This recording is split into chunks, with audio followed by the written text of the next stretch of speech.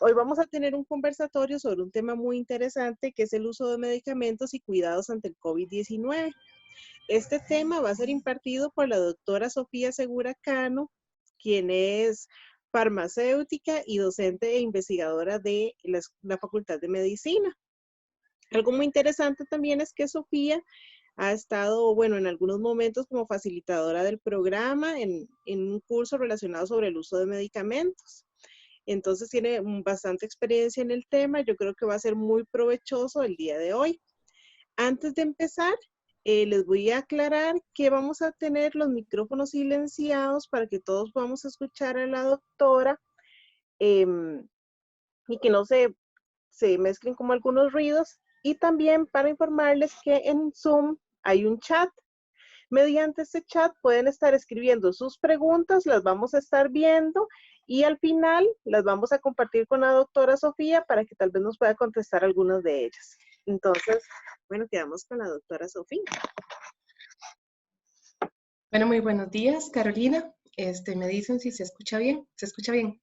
Sí, Sofía, se escucha bien.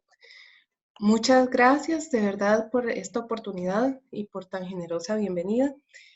Como usted ya lo mencionó, yo he tenido el gusto de ser facilitadora del PIAM por aproximadamente 4 años o poquito más de eso. Y la verdad es que siempre ha sido un placer poder colaborar con ustedes. El día de hoy yo voy a compartir la pantalla porque hice una pequeña presentación y también voy a tratar de estar pendiente del chat, pero si me disperso ahí me disculpan porque esto de la tecnología es como abrumador a veces. Bueno, ahí estoy compartiendo mi pantalla, es acerca de la presentación que nos corresponde el día de hoy, es el uso de medicamentos y los cuidados relacionados con estos ante el COVID-19.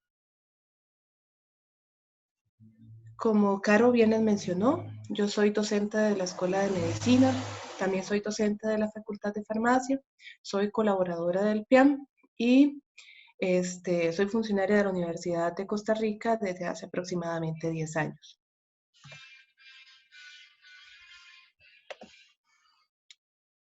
Yo soy farmacéutica de profesión para los que no me conocen y a los que ya me conocen, pues es un gusto volverlos a ver. Y lo primero que tenemos que decir es lo siguiente. Yo sé que esto puede resultar un tema hasta cierto punto trillado porque lo estamos escuchando desde principios de año, desde hace 8 semanas aquí en el país. Pero yo creo que siempre es válido volverlo a mencionar. Coronavirus y SARS-CoV-2. El SARS-CoV-2 es el virus que forma parte de la familia Coronaviridae. Voy a cerrar aquí un momentito. Y este grupo, esta familia, no son virus nuevos, son virus viejos. El primer coronavirus fue aislado en pollos en 1937 y ya por la década de los 60 se identificó el primer virus en humanos. De hecho, este SARS-CoV-2 muestra bastante similitud con el SARS, que, bueno, ya en años anteriores no se manifestó. También tiene una relación con el MERS, que es el virus respiratorio del Medio Oriente. Es un virus de ARN positivo de una cadena con una cubierta.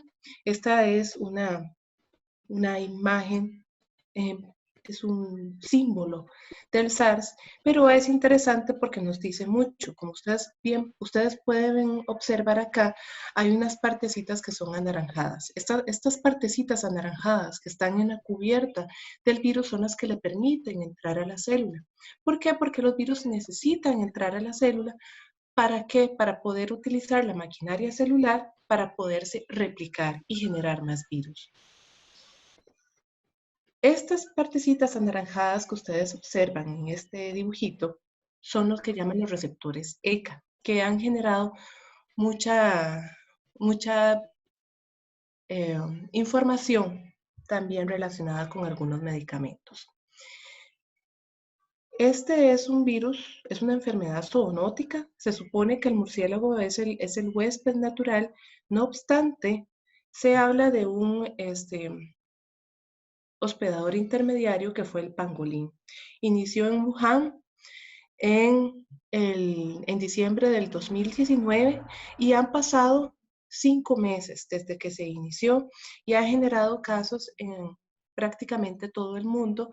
El 31 de enero fue clasificado por la Organización Mundial de la Salud como una pandemia y la enfermedad como tal se llama COVID-19, que prácticamente estamos oyendo todos los días acerca de el SARS y el COVID. Esta es una imagen de ayer donde habla de la situación de Costa Rica y de América en general. Estos son datos de la Organización Panamericana de la Salud, donde habla de cómo se han comportado los casos en los países que ustedes pueden observar. Al lado izquierdo observan el número de días desde que se presentaron los 100 casos. Y al lado derecho se observa otro gráfico, en donde cada una de esas líneas que están ahí representa uno de los países y cómo se han comportado los casos desde el inicio y cómo se siguen comportando. Como ustedes ya saben, Estados Unidos es el que tiene la mayor cantidad de casos al día de hoy y los casos avanzan de una manera exponencial. En segundo lugar tenemos Brasil, Canadá, Perú, Ecuador, que muchos hemos podido ver noticias de Ecuador, Chile, Colombia, y si seguimos bajando vamos a observar la mayoría de los países y aquí podemos observar a Costa Rica. Esto está con datos del día de ayer, así que no está actualizado con los informes que dio el Ministerio de Salud en la conferencia de prensa de ayer. Sin embargo, es bastante cercano. Y del lado derecho, les hice un pequeño esquema para hablar acerca de esta heterogeneidad que ha significado y que significa en general la salud en lo que es América. Cuando estamos hablando de América tenemos que hablar de una gran heterogeneidad entre los países. ¿Por qué? Porque para enfrentar cualquier enfermedad, y en este caso el COVID, hay una serie de características país que hay que analizar. En realidad yo hice este primer esquema yo lo hice para una conferencia que di hace aproximadamente 3 semanas, el 15 de abril, donde había salido una publicación de la BBC y lo que hacía era hacer un análisis en función de distintos indicadores para ver cómo se podía comportar la pandemia en los distintos países de América, porque es motivo de preocupación. Y ayer, revisando otra vez, veo que la BBC volvió a sacar ahora un video donde hablaba de las particularidades de Costa Rica. Así que me voy a referir un poco a todo esto. Para hablar de América hay que hablar de cómo podemos enfrentarla, hay que hablar de lo siguiente: la disponibilidad de agua potable. La disponibilidad de agua potable no es uniforme en todos los países de América y eso yo creo que ha representado una de las principales ventajas de Costa Rica en la defensa de la pandemia. Otro asunto, la cantidad de dinero que se invierte en salud y qué tan inclusivo es este servicio de salud. ¿Por qué?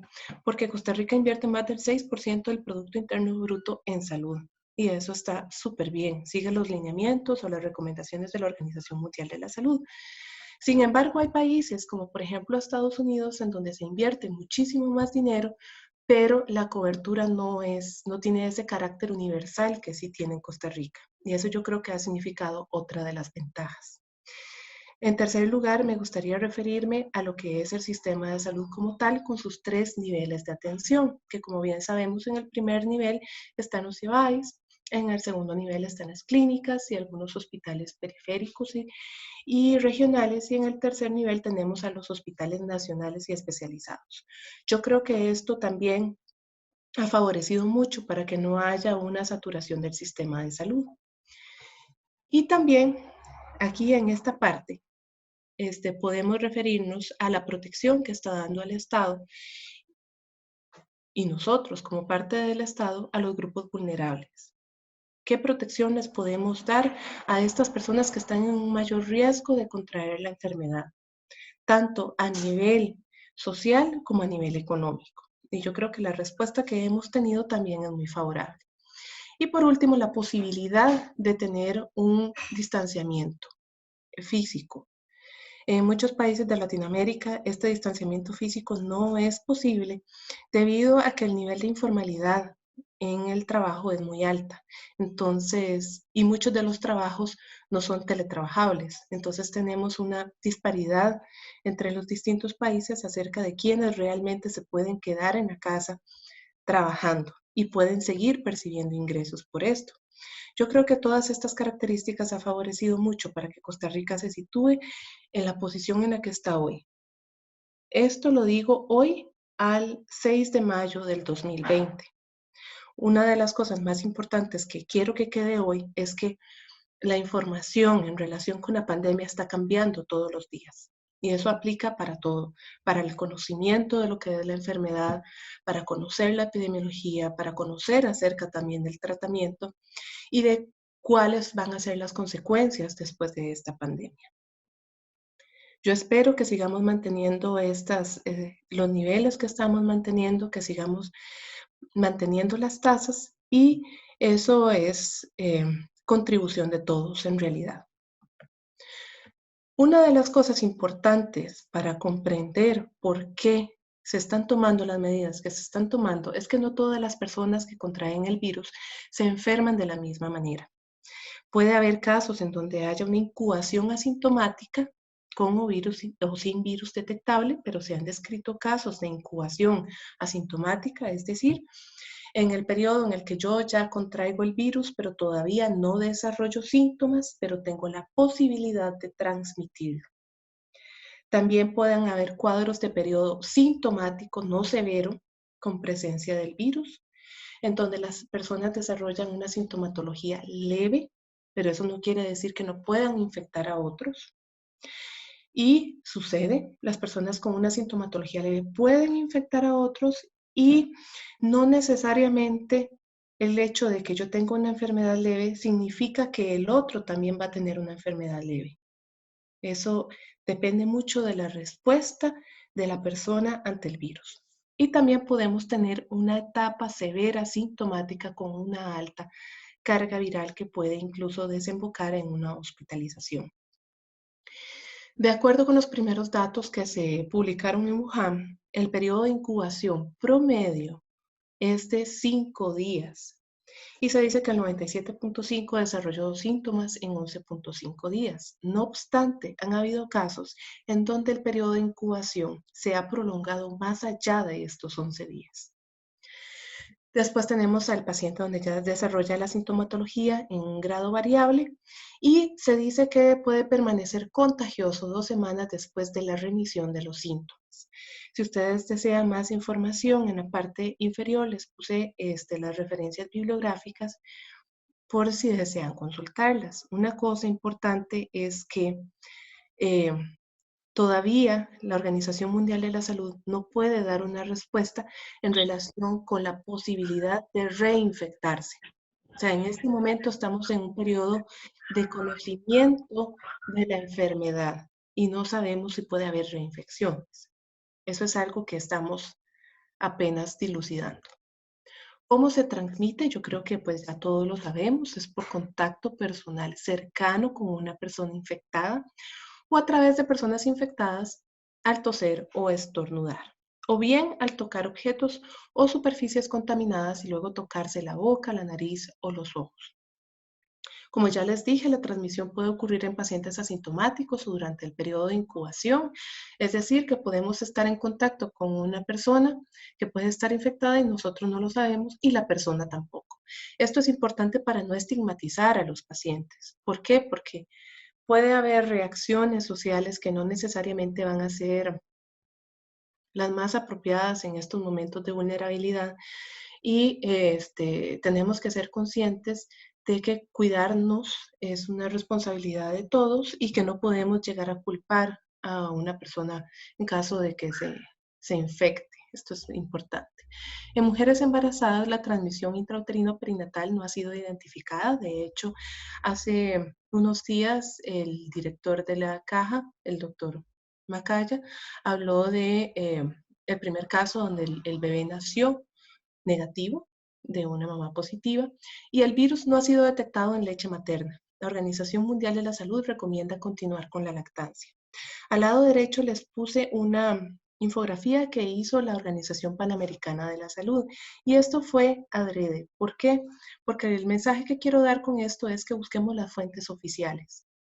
Yo creo que esta pandemia se ha caracterizado porque hay un virus que es contagioso, altamente contagioso, que se ha expandido a lo largo del mundo, pero aunado a esta enfermedad también se ha desarrollado un fenómeno social que ha generado distintas respuestas en las personas.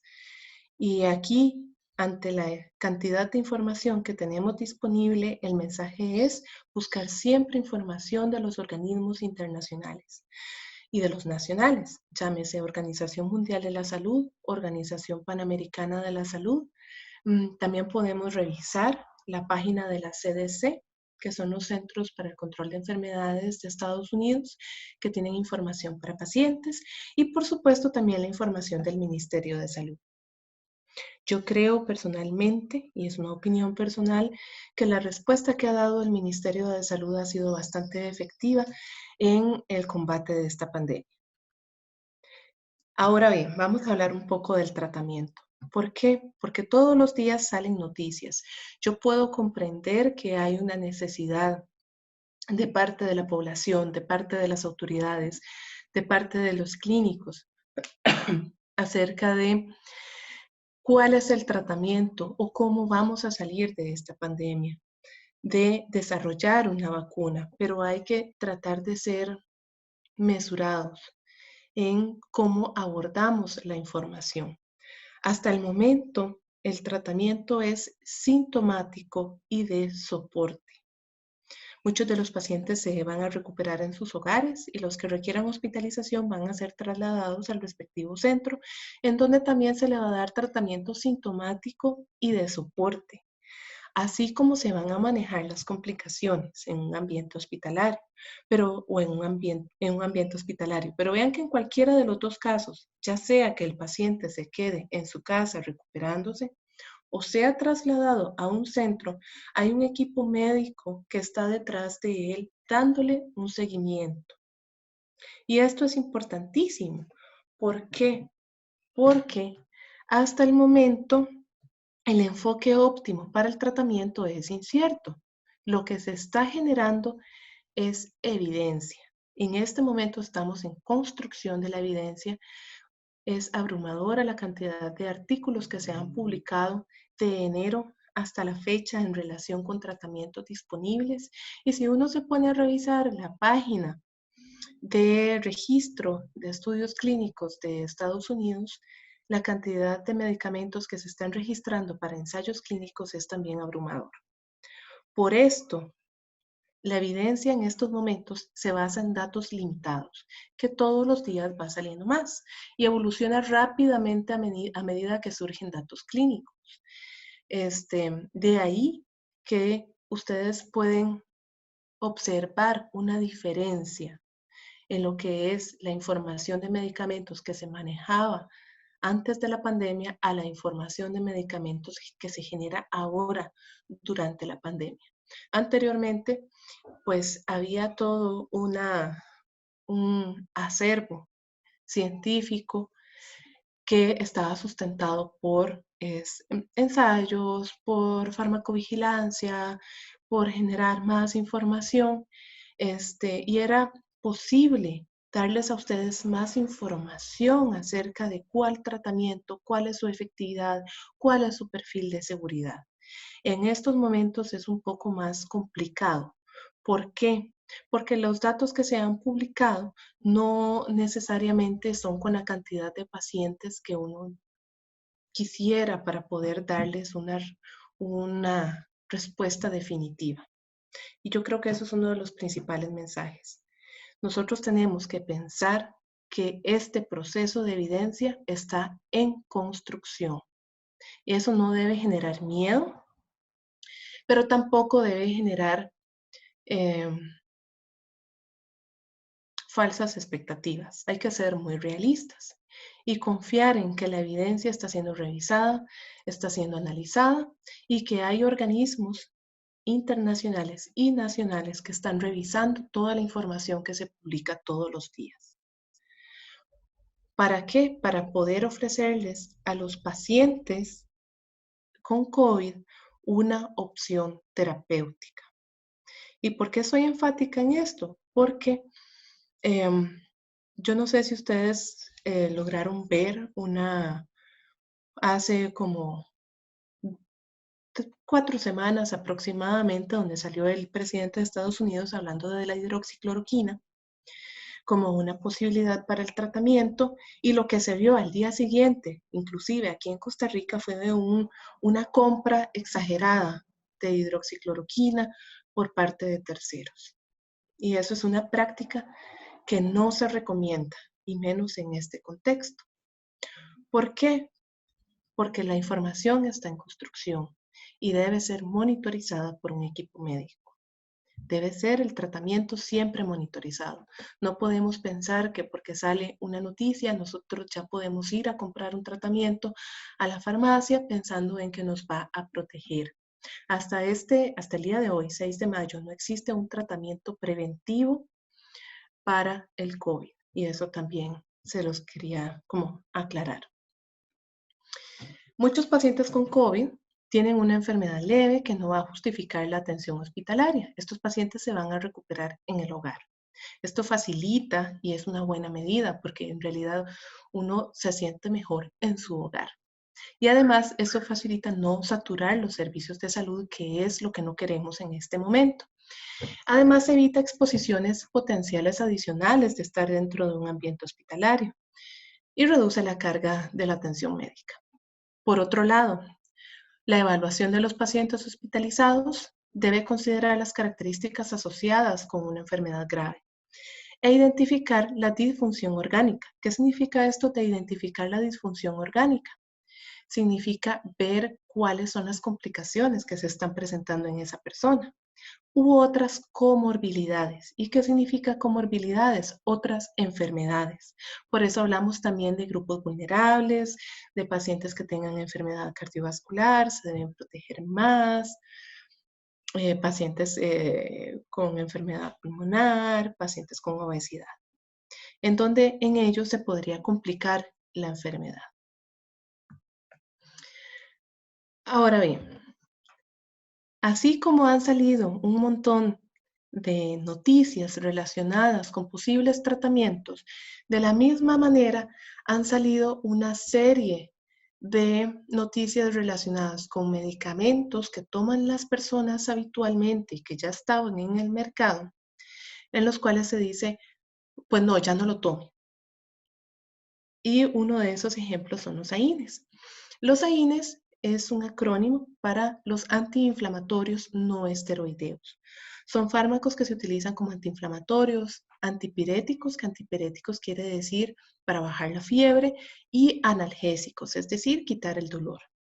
Ejemplos de AINES son el ibuprofeno, el diclofenaco, el naproxeno, el etoricoxib, y ahí podemos seguir enumerando. Estos son los nombres genéricos. Ejemplos de marcas, tenemos varios en el mercado y podemos mencionar, bueno, yo no tengo ninguna relación con ninguna compañía farmacéutica, entonces hablo de lo que se me viene ahora a la mente. Motrin, Cataflam, Apranax, Arcoxia, por dar algún ejemplo de cada uno. Estos fármacos yo creo que todos los conocemos y los hemos utilizado alguna vez, ya sea para bajar la inflamación, para bajar la fiebre o para bajar el dolor o las tres. Y hace un tiempo salió una publicación en una revista científica que se llama Lancet, donde hablaba de un potencial riesgo. Seguidamente salieron declaraciones de una autoridad en Francia donde afirmaba esta posición, y esto generó las alertas de la Organización Mundial de la Salud para lanzar una alerta, para emitir un criterio. Y aunado a este criterio de la Organización Mundial de la Salud, distintas asociaciones médicas también se manifestaron y dijeron que al momento, o sea, hasta el día de hoy, no hay evidencia concluyente que establezca una relación entre el uso de AINES y un aumento en la infección o en la severidad por el COVID. Por lo tanto, no se recomienda su suspensión para casos crónicos. Y es que los antiinflamatorios no esteroideos se pueden utilizar para casos agudos o también para casos crónicos. En casos agudos, eso quiere decir, en casos donde me duele la cabeza o cosas así, se recomienda el uso de acetaminofén como analgésico y antipirético, es decir, como medicamento para quitar el dolor y bajar la fiebre. Y el uso de AINES para casos agudos se recomienda siempre bajo la supervisión de un médico. ¿Por qué? Porque yo conozco, no tengo datos en este momento, sería bueno obtener datos a nivel nacional acerca de la automedicación por antiinflamatorios no esteroideos. Sin embargo, anecdóticamente les puedo decir que es bastante alta. Y estos fármacos tienen cuestiones por las cuales no deben ser utilizadas como de forma continua por algunos pacientes, por ejemplo, en pacientes que padecen de hipertensión arterial. Yo creo que si nos detenemos en este momento a hablar acerca de todas las consideraciones de seguridad de cada uno de los grupos terapéuticos, pues podemos durar toda la mañana. Y de ahí que una de las principales recomendaciones que les hago es buscar asesoría. ¿Por qué? Porque yo puedo comprender que un paciente informado es la clave para un éxito en la terapia medicamentosa, pero también es necesario poder buscar la información en las personas que nos pueden dar esa información. Así que yo los insto a que antes de hacer una automedicación, hagamos la consulta. Si bien es cierto, la automedicación es una práctica que se permite en Costa Rica y por eso existen los medicamentos de venta libre emitidos por el Ministerio de Salud, esta automedicación debe ser responsable y ante alguna duda debe ser primeramente consultada con un profesional en salud. Resumiendo, en el contexto del COVID, no hay evidencia que asocie el uso de antiinflamatorios no esteroideos con un mal pronóstico para el COVID. Eso quiere decir que se pueden seguir utilizando en aquellos casos crónicos y en casos agudos, siempre y cuando sean bajo supervisión médica. ¿Qué se concluye acerca de otros dos grupos de medicamentos que se llaman IECAS y ARA2?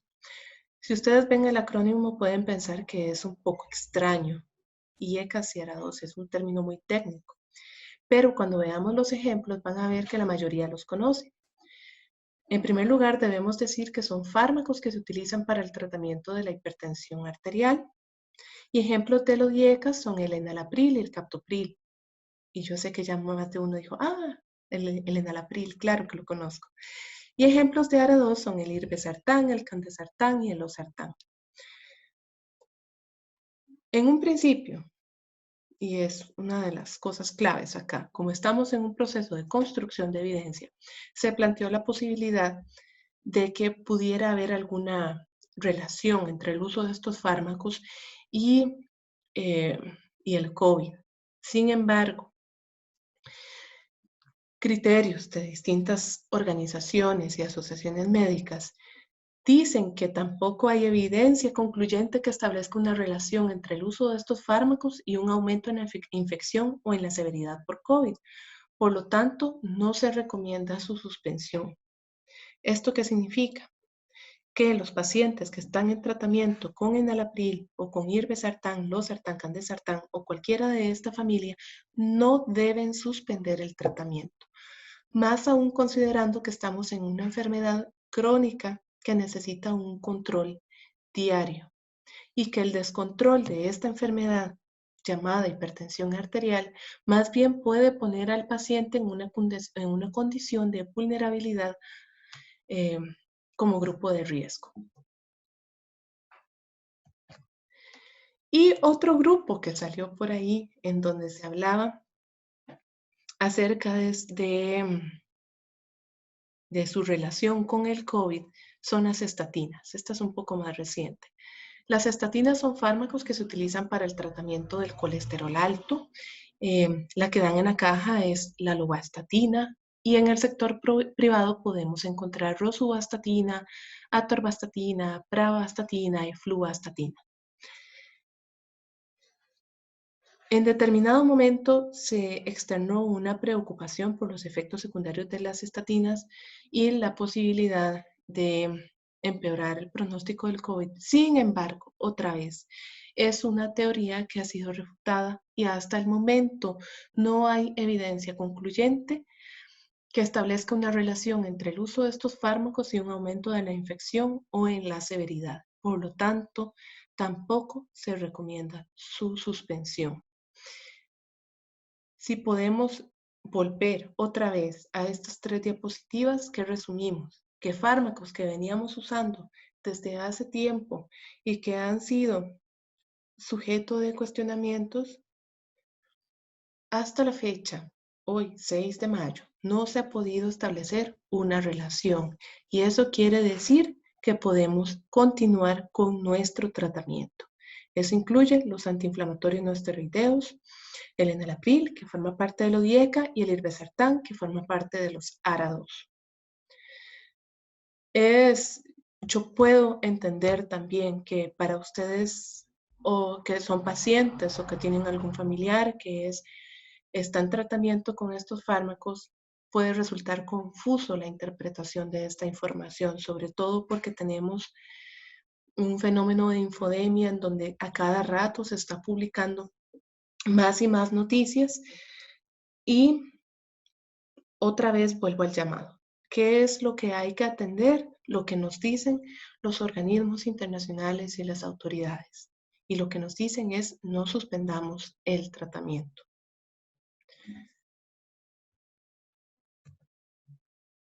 Y ahora vamos a, mi charla es cortita, ¿por qué? Porque quise dar después un espacio larguito para poder contestar todas sus preguntas, que ya casi las contesto porque no he podido ver el chat. Es el manejo de la información. ¿Cómo es la educación a pacientes y la farmacovigilancia? La farmacovigilancia no es otra cosa que el monitoreo de la respuesta a los fármacos que nosotros consumimos, tanto por efectos adversos como por falta de la respuesta esperada. Eso es la farmacovigilancia en palabras sencillas. Lo primero es incentivar a los pacientes para que continúen sus tratamientos crónicos. Bajo ninguna circunstancia podemos suspender un tratamiento crónico. Si estamos hablando de hipertensión, si estamos hablando de diabetes, si estamos hablando de dislipidemia, si estamos hablando de anticoagulación, nosotros debemos continuar nuestros tratamientos. Si hay alguna duda, debemos consultar al profesional, pero no podemos suspenderlo así nomás, porque ahí nos estaríamos exponiendo a una descompensación de la enfermedad. Lo otro es evitar la automedicación en el marco del COVID. Y aquí me voy a detener un momento a raíz del fenómeno presentado con la hidroxicloroquina. No tenemos datos porque no sabemos cuánta hidroxicloroquina se vendió en el sector privado durante ese fin de semana. Sin embargo, sí hubo reporte de que hubo una mayor venta posterior a la publicación del presidente de Estados Unidos. Y esto es un fenómeno que yo espero que no se vuelva a repetir. ¿Por qué? Porque cuando estamos hablando del tratamiento para el COVID, lo primero que dijimos es que debe estar bajo supervisión médica, porque la evidencia está en construcción. Se requiere un monitoreo de las reacciones adversas. Se requiere un monitoreo de la evolución y sobre todo, no podemos exponernos a estar tomando tratamientos que tienen efectos adversos sin ni siquiera estar padeciendo la enfermedad. Así que el análisis para la toma de cualquier medicamento siempre debe ir en función, en primer lugar, de la necesidad de ese tratamiento, en segundo lugar, de su seguridad y en tercer lugar, de su efectividad. De ahí que hago un llamado a evitar cualquier práctica de automedicación. En relación también con esta automedicación, la extiendo a terapias alternativas, porque porque en Internet se están vendiendo eh, cosas que más bien pueden resultar ser tóxicas y que ya han salido eh, reportes de distintos países, por ejemplo, que la gente está consumiendo un producto que se llama dióxido de cloro, que lo venden por internet en frasquitos y puede resultar tóxico para la persona.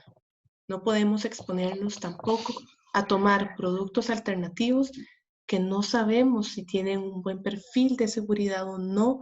No sabemos, bueno, no sabemos en este momento nada acerca de esto, aparte del riesgo que significa comprar medicamentos a través de la web, que no tienen un mecanismo de trazabilidad como si lo tiene un medicamento que puede ser adquirido en una farmacia, ya sea privada o de la caja del seguro.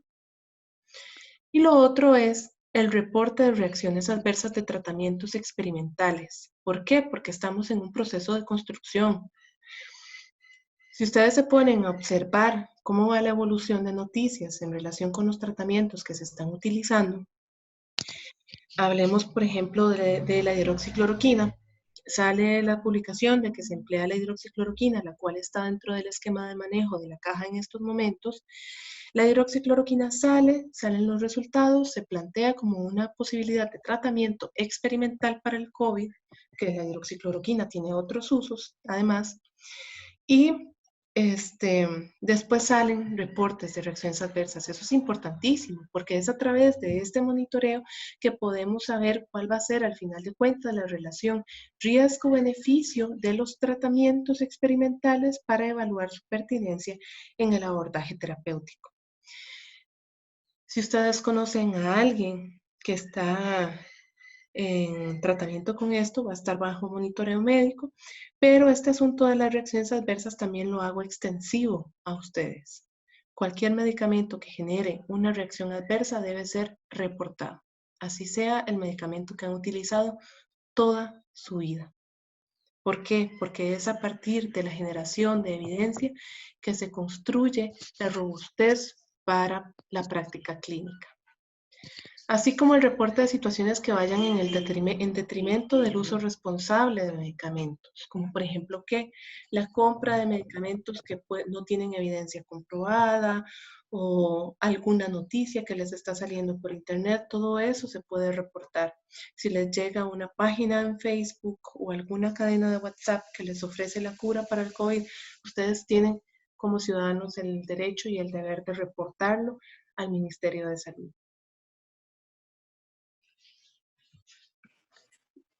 Y ya voy a abrir el espacio para preguntas. Como pacientes, ¿cuál es la mejor estrategia para hacer frente al COVID?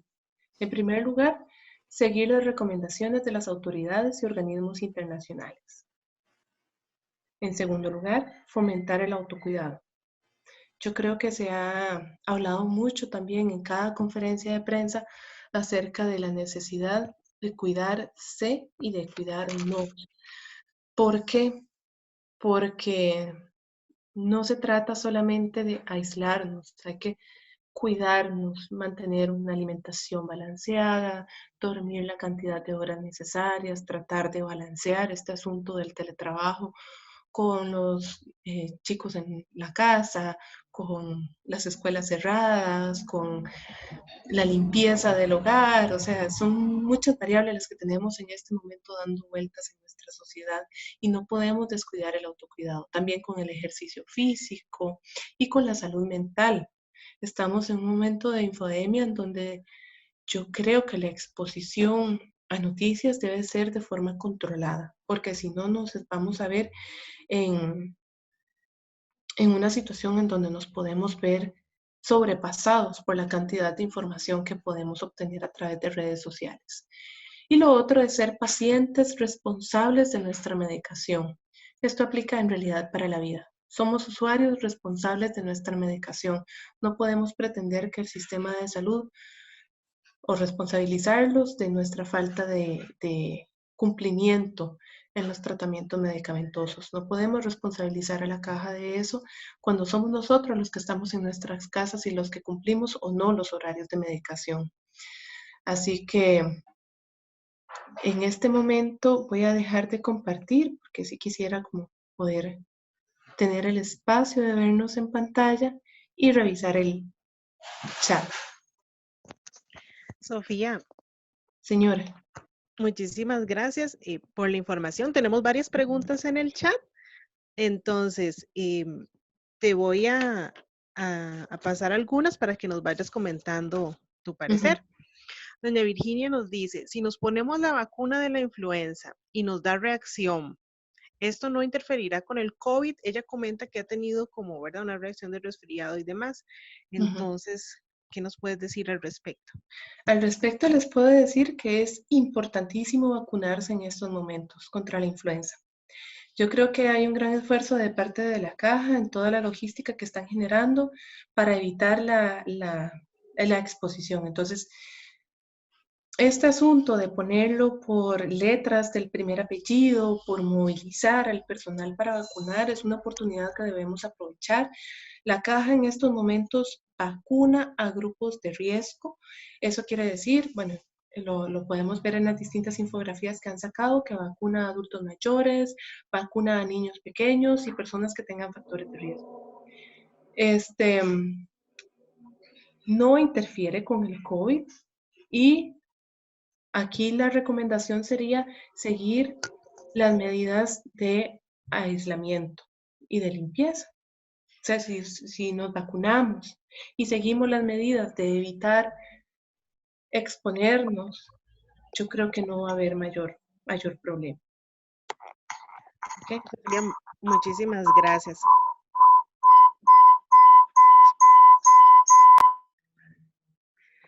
Sofía, doña Bélica, bueno, nos dice que muchas gracias por el espacio, que la charla estuvo genial. Por aquí hay otra pregunta, ¿qué hay de cierto en que la recaída de la pandemia puede ser más fuerte ahora? Que se refiere a la segunda ola, me imagino, a lo que llaman la segunda ola. Bueno, ese es un miedo que está. Yo creo que todos tenemos esa interrogante y no es una interrogante solamente de nosotros costarricenses. Yo creo que es una interrogante de todos los países. ¿Por qué? Porque vemos que esta es una crisis por una enfermedad, pero que es una crisis mucho más grande. Es una crisis social, es una crisis económica y es una crisis hasta cierto punto, pues también cruza por lo cultural, ¿verdad? Entonces, hay un interés por en algún momento volver a reactivar las actividades que teníamos, porque es necesario también reactivar la economía. Entonces, hay propuestas de distintos países de cómo reactivar la vida tal cual las conocíamos. Y yo creo que los resultados los vamos a ver conforme se vayan volviendo a establecer las actividades diarias, tanto en Costa Rica como en otros países. Bueno, podemos ver el ejemplo de España, que yo creo que es bastante cercano a nosotros por una cuestión de lengua, y pudieron ver esta semana que ya hay una reincorporación a algunas actividades y que ya hay salida de niños de forma escalonada y salida de hacer ejercicio también de forma escalonada. Entonces, sí existe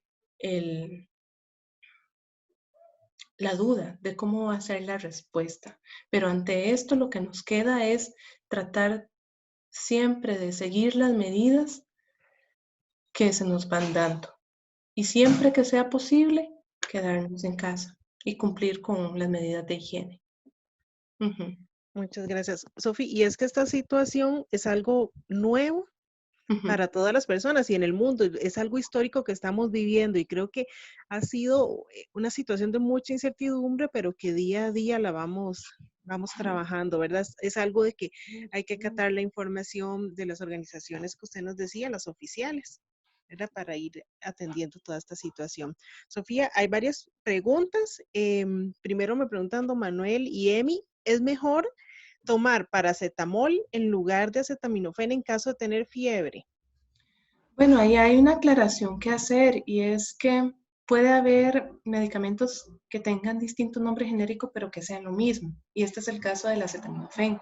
Acetaminofén y paracetamol son lo mismo. Y sí, la recomendación es acetaminofén o paracetamol. Son el mismo medicamento. Podemos Ahí también él dice, podemos tomar algo para ayudar al organismo a subir las defensas, una alimentación balanceada. Correcto. Sofi, aquí hay otra. Soy paciente lúpica, LES e insuficiencia renal crónica, leucopenia, leucemia, linfoblásica. Estoy súper, tomo hidroxiclori, Cloroquina. exactamente, 400 gramos por día. Ujú. Eh, gaba- gabapentimina, 300 gramos, propanol, 40 por día. Me toca la vacuna el 15 de junio. Gracias. Mis cuidados, ¿cómo serían? Esta es una consulta bastante interesante. Yo creo que aplica para cualquier paciente que pueda estar en una condición de vulnerabilidad. En este caso, por las condiciones de la paciente, pues ella es un grupo de riesgo. Y este, toma hidroxicloroquina, gabapentina y propranolol. Lo primero es no suspender el tratamiento, porque es básico para el control de su enfermedad de fondo. Y lo otro es cuando le toque la vacuna, puede hacer la llamada al centro de salud para ver exactamente a dónde puede estar localizado y y a dónde debe acudir. Perdón, es que el chat se mueve para arriba y me pierdo. Y lo otro es que posterior a la vacunación y durante la vacunación es mantener todas las medidas. Y en esta paciente en particular, yo creo que el distanciamiento es la clave. Mantener el distanciamiento en la medida de lo posible y seguir con el control médico y la higiene que se ha venido mencionando por parte del ministerio y de la caja. Perfecto. Aquí, sí, aquí nada más recordar que es grupo de riesgo, entonces todas las personas que vayan a ser grupo de riesgo deben ser mm, todavía más cuidadosas en lo que es el aislamiento y la higiene. Correcto. Sofi, bueno, Mili nos dice que excelente charla y replicarla periódicamente según la evolución de la pandemia. Ujú. Pues Sí, sí, yo creo sería que es una buena cosa porque la evidencia se construye todos los días, entonces lo que yo puedo ofrecer hoy, muy probablemente de aquí a un mes, ya vaya a estar actualizado. Así que es importante eh, estar en constante actualización. sí, Mili nos dice es importante que nos comente acerca de la protección, tapabocas y guantes. ¿Qué objeto tiene el usarlos o no? Sí, este es un tema un poco controversial. ¿Por qué? Porque, por ejemplo, si ustedes se ponen a revisar la página de la CDC, que son los Centros para el Control de las Enfermedades de Estados Unidos, recomiendan el uso de tapabocas, inclusive caseros, y sale en formas de cómo hacerlo, y algunas publicaciones de BBC también lo dicen. No obstante, lo que dice la Organización Mundial de la Salud, que es la autoridad sobre la cual también se dictan los lineamientos del Ministerio de Salud acá en Costa Rica, es que todavía no es necesario el uso de protección en personas sanas. Y hay que hacer distintas eh, aclaraciones. Si nosotros estamos conviviendo con una persona con COVID, sí tenemos que usar, o sea, la persona enferma sí tiene que usar la protección. Y nosotros también. Si nosotros estamos sanos, en teoría no hay necesidad de utilizar esta medida de protección siempre y cuando sigamos las recomendaciones de toser, estornudar con el antebrazo y no tocarnos la cara. Eso es importantísimo. Una de las razones por las cuales la Organización Mundial de la Salud no ha instado al uso de cubrebocas es porque para las personas que lo han utilizado, el utilizar cubrebocas cuando hay que tener distintas medidas. Por ejemplo, deben lavarse muy bien las manos antes de ponérselo, deben ponérselo y dejarlo bien colocado para que no se les vaya a mover. Y lo más importante de todo es no estárselo tocando, porque cómo se mueve y uno no está acostumbrado a usarlo, por lo general tiende a tocarse la cara más de lo normal. Y de ahí que dicen que este, puede ser más bien perjudicial. Y yo creo que eso ya lo han dicho varios expertos, de que si el cubrebocas no se usa de forma adecuada, más bien es perjudicial. Sí, bueno, entonces no tocarse. Y después, cuando se lo vayan a quitar, quitárselo de la parte de atrás y desecharlo de la manera apropiada. ¿Ok? Correcto. Sofía, Lavarse esta las manos pregunta. después de. Perfecto. Sofía, don Manuel y Emi nos dicen, ¿qué tan cierto es que la vacuna que están aplicando ya no ayuda porque su efecto es para otras cepas que ya pasaron? Me No, imagino que es la vacuna de la influenza. sí, sí, yo me imagino también que se refiere a la vacuna de la influenza. No, en este caso no. Por eso existe una vacunación año a año, porque cada año se actualiza, por decirlo de alguna manera, las cepas. Entonces, la que están poniendo a partir de este mes es la que rige para este año. Entonces, eh, sí ayuda. Estaría el día. Doña Bélgica, que era la paciente que nos hizo la pregunta anterior, ¿verdad? Que usted nos decía que era una paciente de riesgo o de nos dice que ella, bueno, que tiene 70 años y que está cumpliendo las medidas de no salir. Y yo creo que esa parte es muy importante, ¿verdad? Cuando hay Ujú, alguna persona con factores de riesgo. ujú. Yo creo que Sí, y ella también nos dice que si debe usar cubreboca al salir. Hay una cosa con los cubrebocas también que es importante aclarar, que hay distintos tipos. Van a estar las mascarillas, que son las que van a utilizar el personal médico que está en la atención de los pacientes con COVID, que son las N95, que evitan que el virus penetre.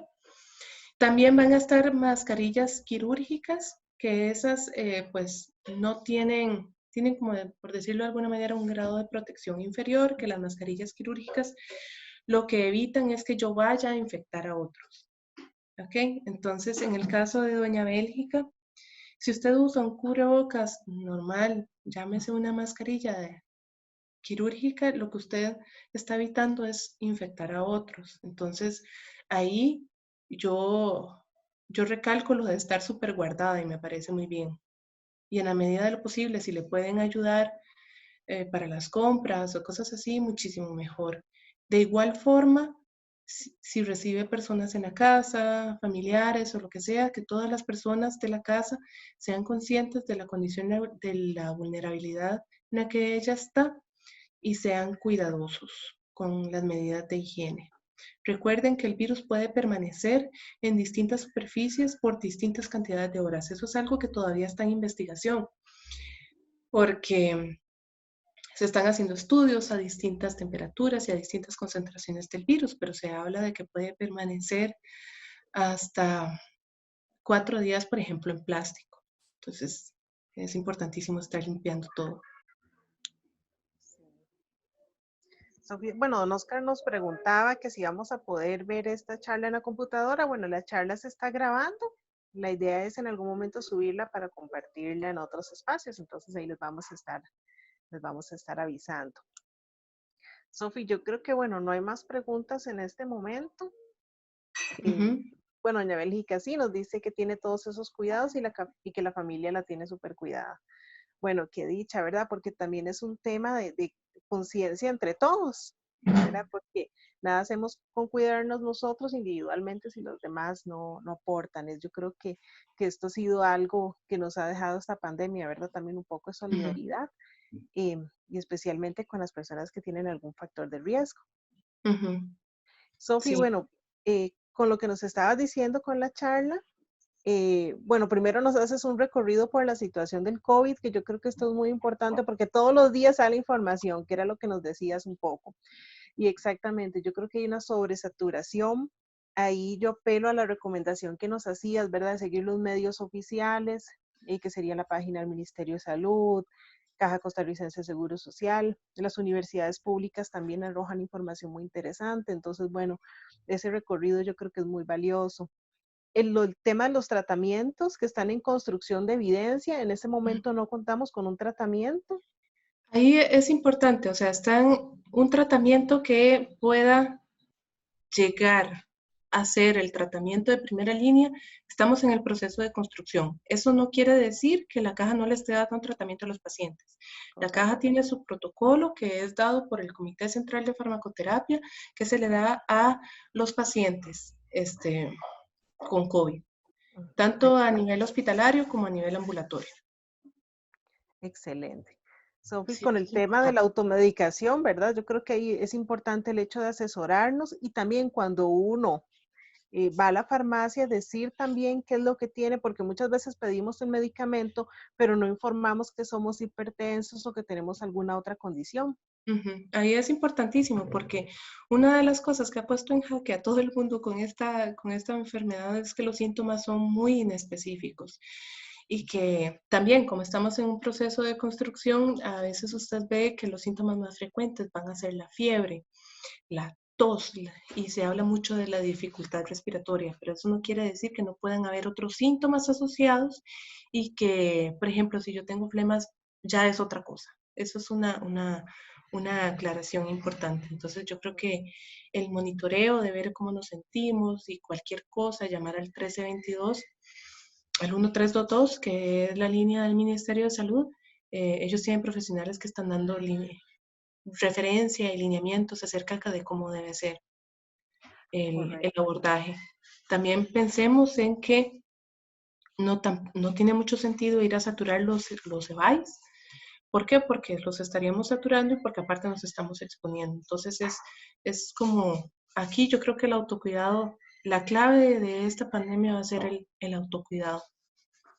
Poder conocernos, poder cuidarnos y ver qué es lo que estamos experimentando. Ujú.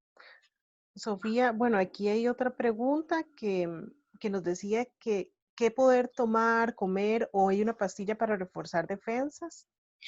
Ok, en este sentido, existen en el mercado productos que se comercializan para subir las defensas.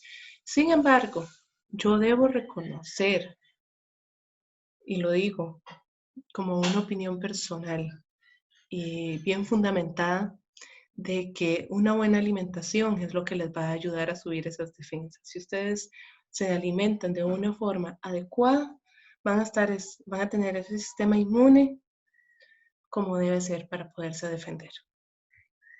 Mm, perfecto, Sofía. Bueno, voy a leer algunos otros comentarios para ir cerrando. Nos decía, eh, bueno, el nombre que sale es iPod de Ronald, es una señora, nos dice que Okay. gracias, excelente información. Patricia Sánchez indica que también es importante ayudarse con la buena alimentación, que es un poco lo que nos acabas de decir. Y don Manuel nos dice que muchas gracias por tan buena charla, nos ayuda a cuidarnos más. Gracias al PIAM. Eh, Doña Virginia, muchas gracias, excelente charla. Doña Bélgica, me encantó, genial. Qué bueno que digamos, esta tecnología, me siento muy bien de haberles Uh-huh. escuchado. Gracias por aclarar nuestras dudas. Yo creo que, bueno, en este tiempo, esta tecnología nos ha ayudado a mantenernos unidos y es algo importante mantenernos activos también y activas. Y bueno, y ojalá puedan seguir participando. Sí, Para ir. hay una cosa más que quisiera hacer un comentario, y es que en relación con lo que puede ser el tratamiento o la vacuna, hay que tener en consideración que las cosas no salen de la noche a la mañana. Y si bien es cierto, hay mucha tecnología implicada en el desarrollo de una vacuna o de la evaluación de los tratamientos y hay una gran cantidad de ensayos clínicos corriendo en este momento, la vacuna no es algo que va a salir de la noche a la mañana. Yo creo que ya lo han dicho las autoridades en repetidas ocasiones y también lo ha dicho la Organización Mundial de la Salud. Ahí tenemos que pensar que esto va a tomar un tiempo. Va a tomar un tiempo poder dilucidar bien la enfermedad, va a tomar un tiempo este aprendizaje y va a tomar un tiempo el desarrollo de una vacuna para este virus. Sí, no es algo tan rápido. Sofi, algo que me llamaba mucho la atención para un poco ir cerrando era el tema que decía que no hay que dejar los tratamientos, quienes son pacientes crónicos, no suspender la medicación, me parece que es una recomendación muy importante que haces. Y también relacionado con el autocuidado, ser pacientes responsables. Yo creo que cada uno pasamos por esa yo creo que etapa de reconocimiento de qué es lo que tenemos, cómo nos sentimos, pasa por nuestra Ujú, responsabilidad. Entonces, en ese sentido, nos comentaba sobre eso y me parece muy valiosa esa recomendación. ujú. Sí, yo creo que como bien lo dice, Caro, como bien lo dijo usted, nosotros somos los responsables de nuestra vida, en todo sentido de la palabra. Entonces, eso implica hacerse cargo de conocernos, saber qué es lo que tomamos, cómo lo tomamos y para qué lo tomamos. Y de que es importante tomarlo, porque si no sabemos eso, no tiene ningún sentido el tratamiento. Nosotros tenemos que poner también de nuestra parte. Correcto. Y yo creo que hay un poco va de la mano con esto que nos decías al inicio, eh, que bueno, todos los días sale información, pero también tenemos que verificar la información, ver qué es lo que nos estamos tomando y ser en ese sentido bastante responsables. Sofía, yo creo que bueno, darte las gracias de parte del programa, de parte de las personas que nos acompañan hoy, que tenemos bastantes mensajes de agradecimiento. Son temas muy importantes y este espacio que nos permite conversar un poquito, en que sea mediante el chat, porque somos muchas personas, nos Sí, permite, nos permite acercarnos, aclarar ciertas dudas, también vencer ciertos temores, porque lo cierto es que esta situación nos ha dejado como algunas incertidumbres, pero bueno, poco a poco vamos resolviendo. Así que Sofía, aparte del programa, muchas gracias por siempre darnos la muchas mano gracias a ustedes. y yo creo que por Caro, ahí la solo, vamos a estar invitando. sí, Caro, solo una cosa. Ahí un señor preguntó que cuándo es la charla de las etiquetas nutricionales. Ya le habían, creo que le contestaron por el interno, entonces ya le Ah, ok, mandaron la información. ok, También ok. quería invitarles que mañana vamos a tener otra charla sobre salud mental y paz interior en las personas adultas mayores, a cargo de facilitadores del PIAN, doña Ana Carolina París y Isidoro Saiman, a las 10 de la mañana. Entonces están cordialmente invitados, invitadas. Pueden también decirle a otras personas para que puedan participar y aprovechar estos temas. Yo creo que es muy valioso el aporte que nos hacen las personas que tenemos en estos espacios. Es información valiosa. Así que muchísimas gracias por acompañarnos y Sofía, le Muchas reitero gracias. el agradecimiento. Muchas gracias. Que tengan lindo día todos y todas y nos vemos en las próximas actividades. Hasta luego. Hasta luego.